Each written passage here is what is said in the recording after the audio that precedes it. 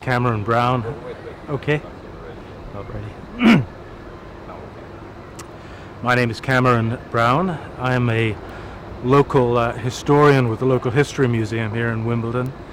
And of course this place here is of very great importance to us in the history of Wimbledon. The tennis, as you know, started in the late 19th century, moved here in 1922.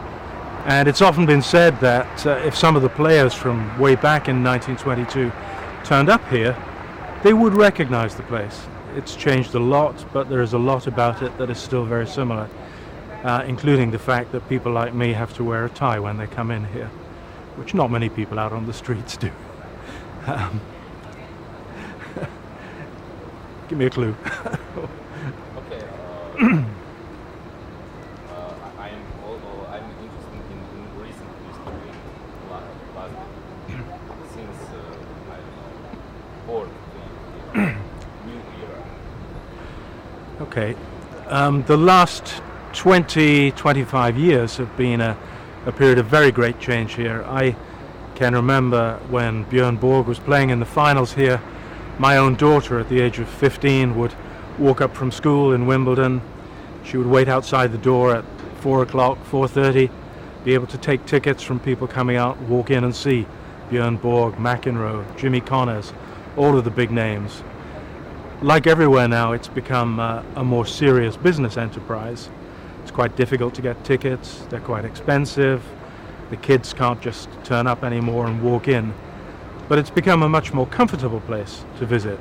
It's a much more modern place. I was lucky enough to be here myself the first time the roof was used over Centre Court a couple of years ago.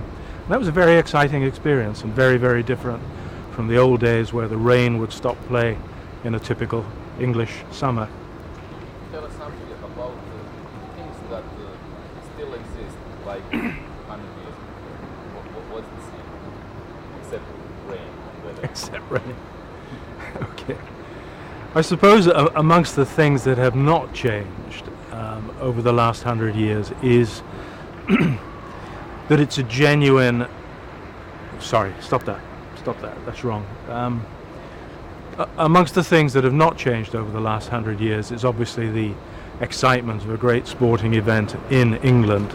The most respected world tennis event, and it's not often that we in England have the finest sporting event in any particular category, so we enjoy it. And of course the other thing that has not changed is many of the traditions of the place. The strawberries and cream that cost you as much money as a normal lunch would cost you in an English pub, the gentlemen wearing their straw hats, people like me wearing my club ties to show the clubs we belong to in England. Very, very traditional and not kept up in many more places than Wimbledon. And it's one of the reasons that we all enjoy coming here. Can you tell us how it all started?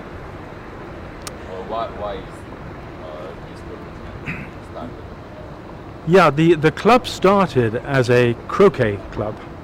I don't know how familiar you are in Croatia with croquet, but it's a game that really is only played on the lawns of grand English country houses these days. But back in 1868, it was the All England Croquet Club. And in 1874, when the precursor of the modern form of lawn tennis was invented, the club started to become the All England Lawn Tennis and Croquet Club, and had its first championship in 1877, and dropped the croquet from the championships around the 1890s, the mid-1890s. At the time, it was not here.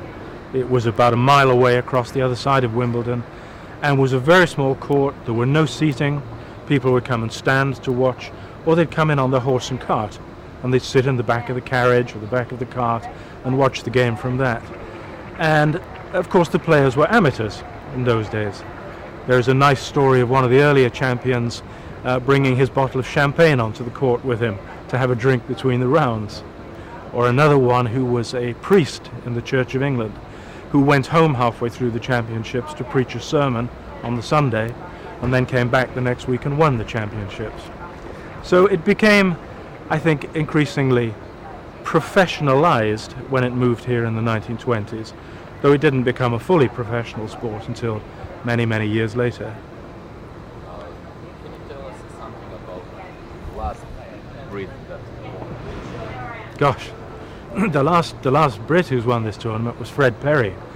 Back in the 1920s, the Brits had quite a good run on the men's and ladies, but Fred Perry, was the last man to win the singles. And I think I'm right in saying he still played in long trousers in those days, had a very small wooden racket, that nothing like the rackets they play with today, and is remembered today because he went on to put his name on a whole range of tennis clothing, which is something that has not changed today.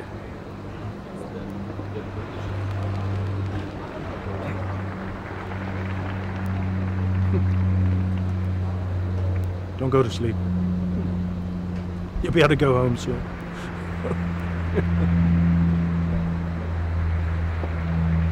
That's one of the airplane. Drive you crazy. What do you want to do next so I can think of it? Go live. There's no time for that. Yes, there is. Yeah, the next question is that can you give us some more things about tradition? You said something earlier, but Yeah. One of the other unusual traditions of this tournament is that the All England Lawn Tennis Club is still a club. It is still a private members club that only has less than 400 members. It has some honorary members. Anybody who has won here gets a membership. But the other members, some of whom are local, some of whom are simply good tennis players, can wait 20, 25 years to get a membership. And one of the reasons that they keep the membership low at the club is that every member is allowed to buy 2 tickets for every day of the championship. And if they had too many members, nobody from the public would be able to get tickets.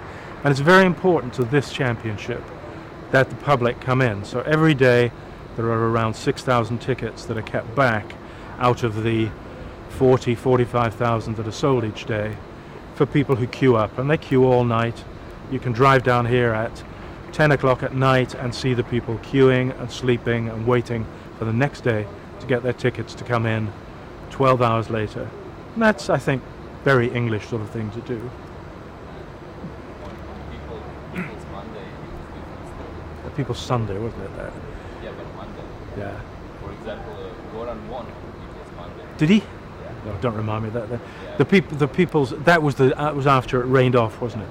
That's right. Yeah. What happens if there is particularly bad weather in Wimbledon, and they cannot finish the championships in the pre-allotted time, is they have what they call People's Days. So sometimes it's a People's Saturday or a People's Sunday during the championship. And when Goran Ivanisevic won 10 years ago, he played on the Monday instead of the Sunday, and all of the tickets were just sold in the street, and the atmosphere was electric. Absolutely full of tennis fans loving the game, not bankers and people here on very expensive tickets entertaining their clients. That's nice. I approve of that. Can you, this was first here by the The women, yeah, I can't remember the exact date actually. The women started playing, I think, in the 1920s. You'd have to look in my book. I wrote it, so I should know, but I can't remember the exact date. But it was initially, yes, men only, and of course rather aristocratic men who could spare the time, who had enough money to come and play here. Of course, it was a very different game in those early days. As I've said, they all wore long trousers. Men had to wear a hat and a tie while they were playing.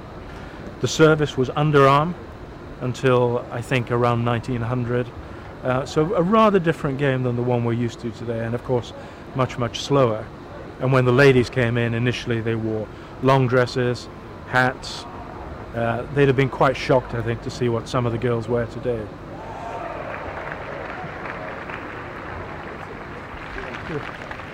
I need a beer now. Yeah. Thanks, guys.